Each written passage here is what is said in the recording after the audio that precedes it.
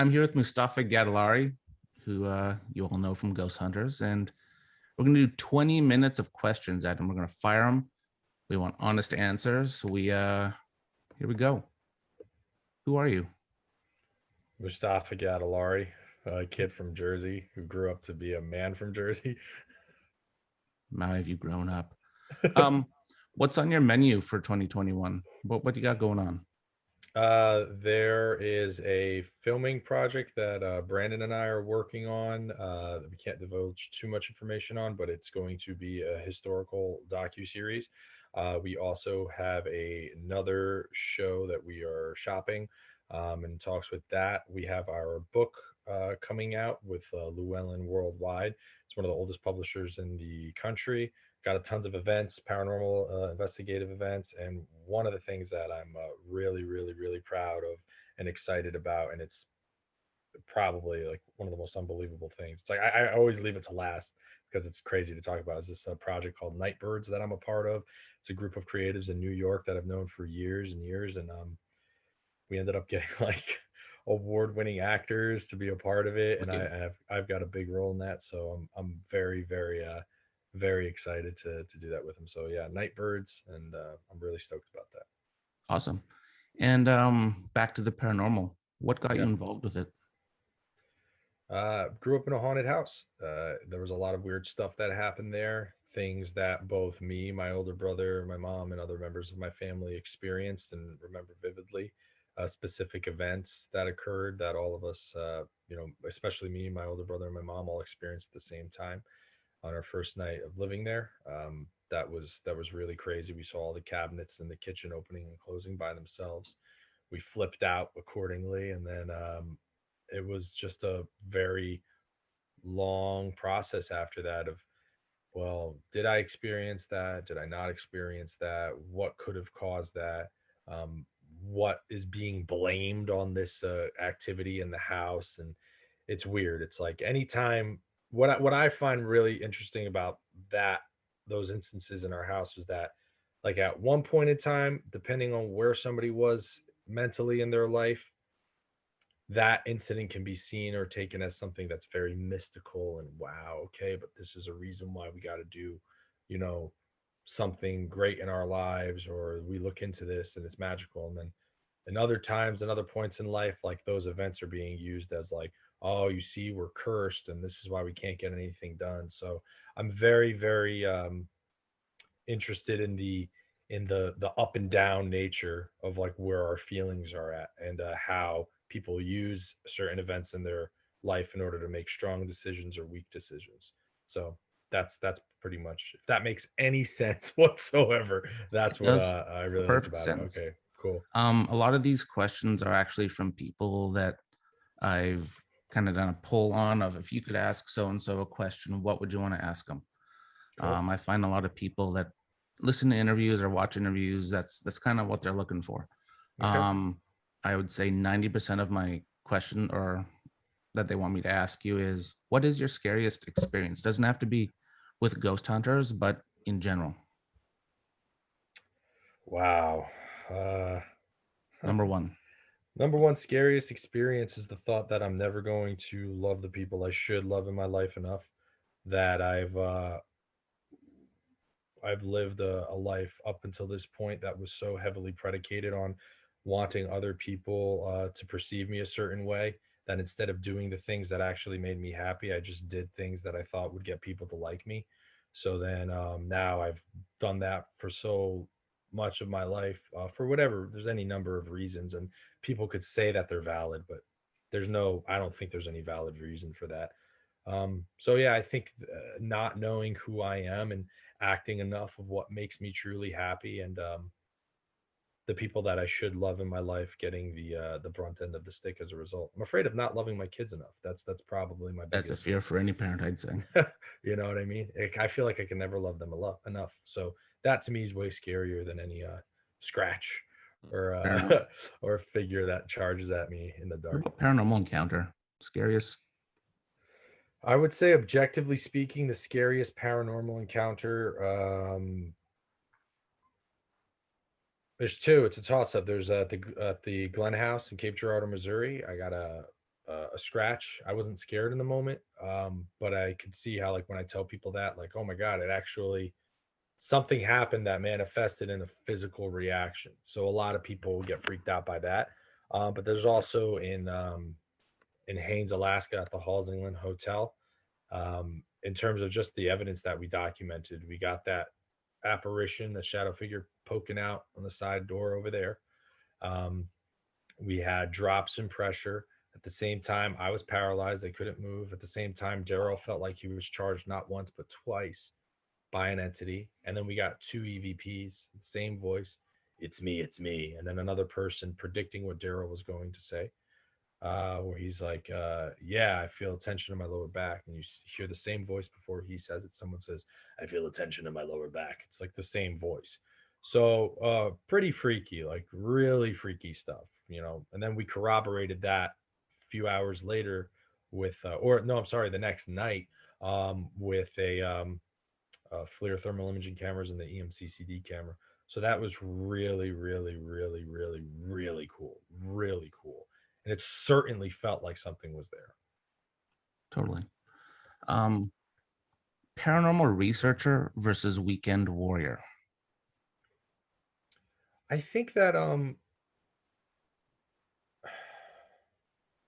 so I think that even when you're a hobbyist, even in that, the only difference I think is the number of hours that you put into it, right? So, of quality hours that you put into it. So, I know some hobbyists who only have hobbyist amount of time to dedicate to stuff, but because they're so technically proficient at other stuff that they do, Mhm. that even when it comes time to being a hobbyist at something, they're still great at it because they're operating on such a high level that that's the bar of everything that they do. Like, I know people who work out 2 days a week who are in better shape than some people who work out 5, 6 days a week. So it's And all it's an execution, really. yeah. So I think the same applies to paranormal investigating. You know what I mean? You could be a weekend warrior, which I think a lot of paranormal investigators have no choice but to be, Yeah. just because it doesn't really pay the bills. And even when you get on a show, it's like everybody thinks like, oh, you're on TV. It's like you're gonna have this, you're gonna have that, and it's like, yeah, like even on a show like Ghost Hunters, like, you know, you make something, but it's not like, you know, you're not like rolling in the dough. You know what I'm saying? So it's it's a I think it's just in how much you want it to mean to you. So if you really focus on getting it to mean something to you in that moment, whatever it is that you have, then yeah, you'll be more than just a weekend warrior, you know? See, that's a good answer. I hear a lot of different answers with that one. It's all about the execution. I could see that. Yeah. Yeah. Now, being a figure in the paranormal field, you probably meet a lot of investigators from beginner to well seasoned. What advice do you give newbies in the field that are just starting to get in it? I would say never lose that enthusiasm. Your enthusiasm is everything. Maintain the same level of enthusiasm, or fight to maintain that same level of enthusiasm that you have when you're on the way to a location or planning a location. Have that same enthusiasm when things are boring, when it gets dragged down into like nothing's working or I'm not getting any evidence or anything like that. If you can maintain that in an investigation, you're good.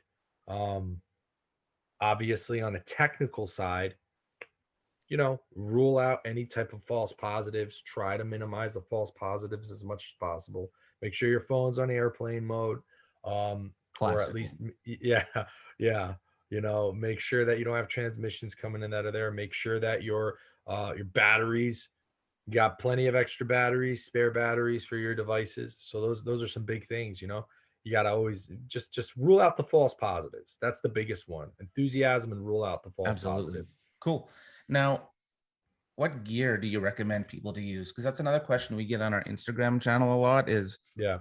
what should we use? What brands? What types? We're just getting into this. What would So you I say? would just I would tell people, like, the number one thing that you need to do if you're trying to conduct an investigation and to document stuff is you need to document environmental changes. That's the biggest thing. Everybody wants to go in there and they want this ghosts to appear in front of them, and for like Ghostbusters, and I expect that to happen on every single case that I go and in every Everyone has a investigation. demon. Yeah, I'm always expecting there to be like, and even to this day, like I've been over like hundreds of them, and it's like I always expect like this is it, like it's gonna happen this time, and it never does. But that's fine.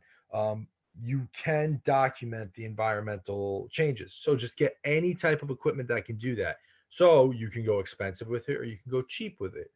You want to detect EMF, or you want to detect drops in barometric pressure, or increases in pressure, or increases in temperature, drops in temperature, whatever that is. You can use an EDI plus if you got some money to throw around. If they're about $280 or $300, or maybe cheaper now. I think they're Oh, 225. you should try and import one up here.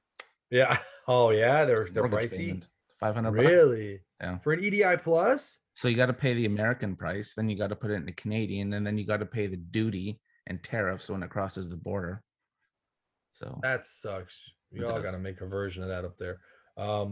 So yeah, so you can get that, or you can go very low tech. I mean, EMF, you can detect EMF with a compass. Yeah, You true. know, you can get yourself a cheap compass. You want to try barometric pressure? Barometers are like a nice digital barometer off Amazon. Like the best barometer is not going to cost you more than $18. Like, you know what I mean? You can Yeah. even get really cheap ones for like 850, $9. So you can detect that. So you can use anything that detects different environmental conditions, and you can kind of build up that repertoire along the way. You need a good audio recorder. There's nothing that's going to, for EVPs, going to change that. That's going to elevate your finds from like being, maybe that's pipes, maybe that's growling, maybe that's this, maybe that's that, to, oh, I know exactly where this sound is coming from. And there's no way it can be anything else other than something that's weird. Yeah, I So like the Zoom recorders. Those are the ones because you for the wave recording, the wave setting. It's all they're you can hear phenomenal. anything. Yeah, we use that Zoom Ambisonic. It's got the 4 channels, 360-degree Oh, sound. wicked. A lot of people like the binaurals too. Binaurals are great. I prefer the Ambisonic to the binaural personally. I think the sound quality's better, but they both serve their different purposes. And I would say if you got a few $100s that you're going to spend on something, you can't go wrong with the Zoom Ambisonic microphone. It's the best. Now, what's the difference between those two types for people that are wondering? Sure. Binaural, I believe it records in 2 channels of audio, and it lets you it most closely mimics human hearing. Mhm. Whereas the ambisonic is like supersonic human. Both of them are great, and the binaural is like kind of like heightened human hearing as well. But what's cool about the ambisonic is that it's got a wider range, and it's 4 channels. So if you're using a free to use uh, audio editing software like Audacity, I use that one. I like that one. yeah, Audacity is great. But if you're using the ambisonic on it, you're going to need to separately get all 4 of those channels and link them all up if you're trying to like cut something together. Otherwise, the sound That's a good tip. quality, Yeah. yeah, you're only going to get the 1 channel. So it's like, all right, well, you might as well have just bought a $30 recorder then. So yeah, I think there's other softwares that do it automatically with the multi-channels. I think like Adobe Premiere does it automatically. Um, I think GarageBand doesn't even do it automatically. So you I think gotta, Final Cut Pro does. That's the one yeah, I use. yeah, Yeah. yeah, that's really good. So if you got that, great. Cool. Um, you've seen a lot of shows and movies involving hauntings, ghost hunting, demons, all that sort of fun stuff. Um, being a seasoned investigator, what is the difference between the actual show on TV that we see and reality? It's a great question. I would say that the difference is there's a lot of ruling out that we do that's not shown in the show. There's a lot of evidence sometimes that doesn't fit, quote unquote, within the narrative of what they're trying to construct for the show in order to keep viewers engaged. And sometimes we find things that don't necessarily pertain to the client's issues or the client's like wishes or whatever it is that they want to get addressed. So like we'll find stuff, and production will be like, well, we don't know how the hell to fit this in. We don't know how the hell to fit in an EVP we got in the slave shack in Thibodaux, Louisiana, for example. But there was an EVP that we got, and it was extreme. It was clear, very, very clear. And they just didn't put it in the show. So there's a lot of things that happen. There's stuff that happened that I recorded on my cell phone in Haines, Alaska. That was really cool. So yeah, there's some things that don't make the show like that, and that's what people aren't seeing. And a lot of things people don't see too is, just like any other job, there's always some kind of drama between different Absolutely. team Yep. members and production members and stuff that happens behind the scenes, disagreements to the ways that we're like conducting or approaching an investigation. So that's like a lot of stuff that people don't see. It's real. The investigations are real. The reactions are real. At least I always try to be as honest with how I'm expressing something, and I might magnify certain things just so it gets picked up on camera, and I'll make sure I'm cheating towards the camera so certain things can be seen, because I'm being like, okay, because I want to convey this to the audience. But yeah, we've tossed out a lot of stuff that's questionable. I don't So know. yeah. Now you've done a lot of locations in your time. You've been to a few places. Is there any place in your head that sticks out? You're like, nope, not going back there. No, never. I'll go back anywhere. In fact, this is, you want to talk about behind the scenes drama and stuff. I mean, if you watch the Clifton, Arizona episode, you might notice, like, when we're down in the hotel and we're all talking about like deciding whether or not we should go back. If you watch me, you'll see like my legs shaking, like I'm kicking it up and down, and my ears are very red. And that's because I know I'm basically going to tell Grant and the rest of the team after we decided, like, hey, we're not going back, that like, actually, I want to go back. So that's something that didn't come up there. Like, I really wanted to go back into that courthouse. I wanted to investigate this one room where Daryl and I heard a noise, and people had talked about a book that would fall off of the shelf. This specific book, no matter where they put it on the shelf, Oh, would fall off. And I wanted to look into that. I'm like, is there some kind of plastic covering on this book? Is it exceptionally slippery, or is there a clue there as to why it keeps falling off? And I just thought that that was really compelling and interesting to check out. Um, but yeah, I got shut down. They fair enough. they didn't want me to go there, to go back, so I didn't go back. But yeah, that's like one instance. But yeah, I don't care. I really don't. I want to go back. That's actually a good lead into my next question is, so all teams, big teams, famous teams, small teams, new teams, they all have drama. There's a lot of chefs in the kitchen.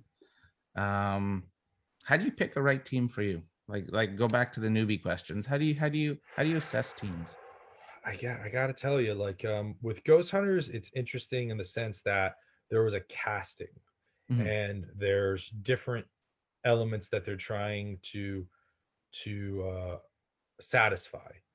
When I went to the casting for Ghost Hunters, the only thing I knew for sure when I went to the casting for Ghost Hunters was I thought that they were only going to cast like 3 people. So I was like, okay, there were a few people.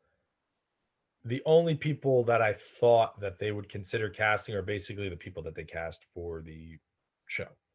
Um, and because I could see the way people were operating, I could see the way people were working, and I was like thinking about, like, okay, they're going to think about this demographic and then that, and then try to like do that. I just gelled with Brandon. I mean, you know, that was the one person who I met where I was like, this guy is working with something very similar to me, and I'm going after the same thing. And I think when you're approaching a team, one, you got to make sure they're going to go after, they don't have to go about it in the same way as you, but they have to be going after the same thing, which The big is, picture thinking. That's what it comes down to, yeah. yeah, what kind of investigating do you want to do? Are you Yep. just, it's okay to want an experience, but okay, are you concerned with trying to document it? If you're concerned with trying to document it and ruling out false positives, don't bring somebody who's kind of just settles for I don't know, like, yeah, I guess we could try that. Like, you know what I mean? Or they're just kind of more concerned with the hangout than actually doing the work. If you're concerned about doing the work, hang out in the work. Yep. Don't hang out to not do the work. Get what I'm Social saying? club. There's a Some of them is a there's social yeah, club. Yeah. which is fine. I'm not saying Absolutely. that's a problem. That's cool. You can have that, but don't try to force somebody who clearly only wants a social club to be somebody who wants to seriously investigate, because that's not going to, they're just going to let you down, and then they're going to paint you as a bad guy and you're going to paint them as a bad guy, and it's not going to get anybody anywhere. Been there, done that. Yep. That's all I'll say about that. Yep. Same. But yeah, no, it's true. I really like how you and Brandon work, just your big picture of things, even with Formula of a Haunting. I Yeah. like how you guys are dissecting old footage with like modern methods and discussing on. It's awesome. Yeah. Thank you. So yeah. Phone apps. What's your opinion on your? Uh, they're garbage Yes. for actual data. They're not going to work. I know it's nice to have the idea to have everything like in your phone. I love phones. I used to write for gsmarena.com. Really? Yeah, yeah, it was one of my favorite phone websites. It's very, very good. They're great. They've built the site into like a really, really great place. Um, I love cell phones. Like I love them. I'm obsessed with them. But yeah, you're I used to be it's a not phone gonna whore. I used to go through phones more than really. anything. Yeah. Yeah, I was a dude who was like every 5 6 months. I was like, all Yep. right, let's go. Now I just settled with Apple because all of my products are Apple, like computers and They're great, man. yeah. If they had USB-C ports on them and like a very and then a file browser, like an actual file browser, and a universal back button, like where I can just touch, where it's Mhm. like easy universal back to go back in an application across all applications were the same. I would get one in 2 seconds. I agree. Yeah, that's the only thing for me that's missing from them. But other than that, like, yeah, they're the best. You know, they're awesome. Cool. And you're an events guy. You got a lot of events coming up. What's going on? Yeah. Oh well, I got this awesome event coming up this week in Malvern, Iowa at the Malvern Manor. I'm gonna be there with Brian and Rochelle. Always fun doing events with them. They're great. And then I have another memorial event at the Old Nazareth Hospital for Ken Potter, who actually passed away during an investigation. Wow. Yeah, and he was a really great guy, man. He's a really, really very enthusiastic, passionate guy. Loved paranormal investigating, was very welcoming. And then I'm going to go over there to raise some funds for him. So if anybody's watching this and they're in the Mineral Wells, Texas, Dallas, Fort Worth area, come to Old Nazareth Hospital. I'll be taking photos, and there's no admission anything that I'm doing. You can talk with Shauna about tickets to the event and stuff, but I'm not going to charge you, and I'm not benefiting from any of this. I'm digging into my own pocket to get out there and just get some money for Ken's family after his sudden passing. And then March 26th and 27th, I'm going to be in Napanoch, New York at the Shanley. And then back in Texas at Roser Hospital at the end of April. And then in April, I'm going to be at the Rosemont in Tennessee on April 9th. And then I'm going to be at Old South Pittsburgh Hospital on April 10th. So I got tons of events. I got a lot of You're events. busy. So Busy. yeah.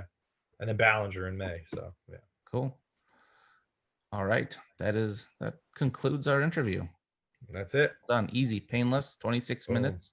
Boom. Yeah. All right. Thank you very much. Thank you, brother. All right. See you.